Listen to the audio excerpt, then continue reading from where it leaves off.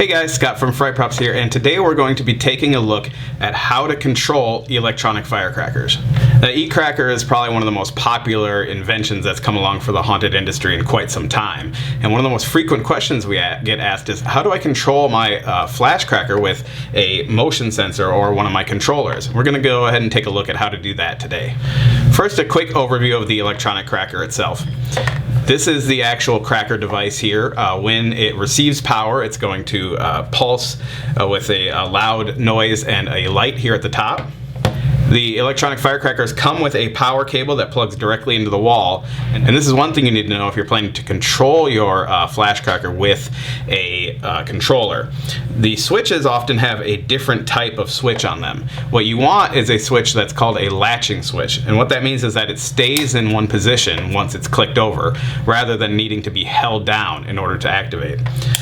Depending on what the manufacturer supplies, sometimes they have a push button that needs to be held down, other times they have a toggle switch like this, and if you're going to be trying to control your cracker with another device, you want to make sure and request a latching switch. So let's go ahead and demonstrate how they work in general. You basically just plug the power supply into your wall and flip it on to activate the flash cracker.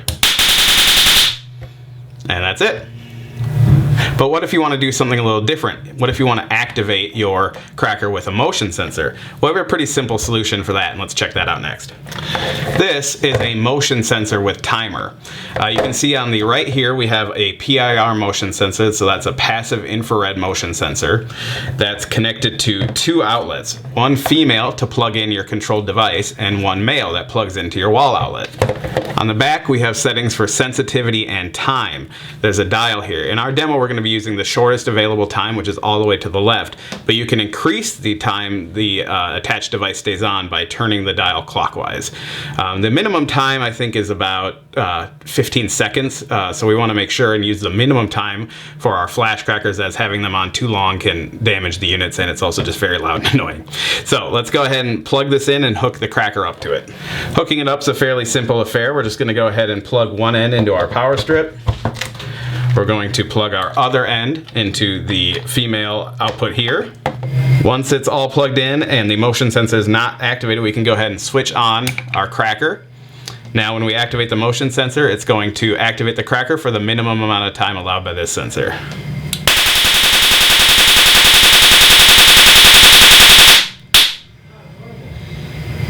Okay, so you can see there, it's a fairly lengthy time that the cracker's on. I think that was maybe 5 to 10 seconds, which might work for your application and it might not. So we can go ahead and take a look at another option, which is using a controller to activate the flash cracker.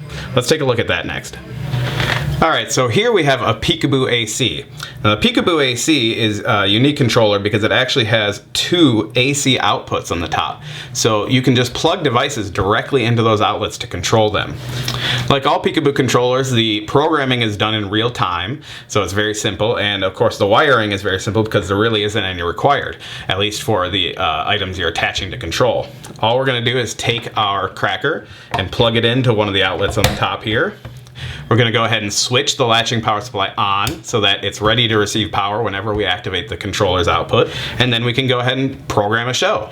As you can see on this controller, if you're new to Peekaboos, there's 3 buttons down at the front here. There's a red button for record and then a button for each of the 2 outputs, 1 and 2. We have our cracker connected to output 2, so that's the button we're going to be using to control the cracker. All we do to create a show is just hit record, hold down our button for as long as we want the cracker to activate, and then hit record again. Now anytime this controller is activated, it will repeat that show. So we can test that just by pressing the number 2 or the play button here. You can see we have a nice short show, which will help extend the life of our cracker and not totally annoy people as they come past. It'll just scare them and not ruin their day. The other big advantage to using a controller like this is that we can attach any trigger we want. So we can attach a motion sensor, which we'll do in a little bit, but we could also be attaching a step mat or a beam sensor or an RFID chip, any kind of trigger that can work with a Peekaboo. I have a Firecrackers motion sensor here, which we'll go ahead and take out of the box.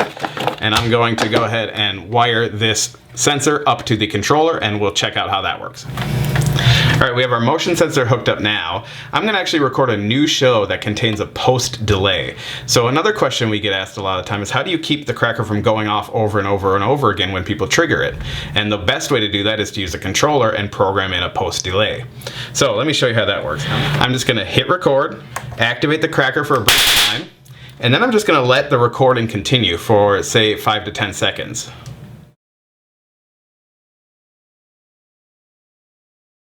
And then I'm going to tap record again. Now what I've done is I've actually recorded about 5 or 10 seconds of blank recording at the end of our show. Now the controller is going to just keep playing its show and not allow another trigger input, so that effectively we've added that post delay period so that the cracker cannot be triggered again until that show has completed playing, and then the motion sensor can be activated again. So let's show you how that works. We'll activate our sensor. Cracker will activate, and then you will see that even if we activate the sensor again, it won't go off because we're in our post delay. Alright, so that is a quick look at several different ways to control an electronic firecracker. As usual, if you have any questions, go ahead and leave a comment on this video or send us an email at sales@fireprops.com. Thanks!